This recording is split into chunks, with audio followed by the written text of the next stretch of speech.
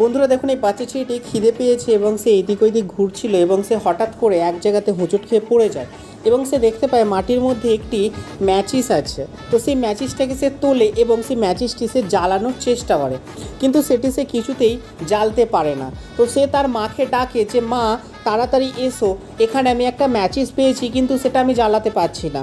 তখন তার মা সেখানে ছুটে যায় এবং সেই ম্যাচিসটিকে সে নিয়ে তার মা সেটিকে জ্বালানোর চেষ্টা করে, কিন্তু সত্যিই সেটা কিছুতেই তার মাও কিন্তু জ্বালাতে পারছিল না।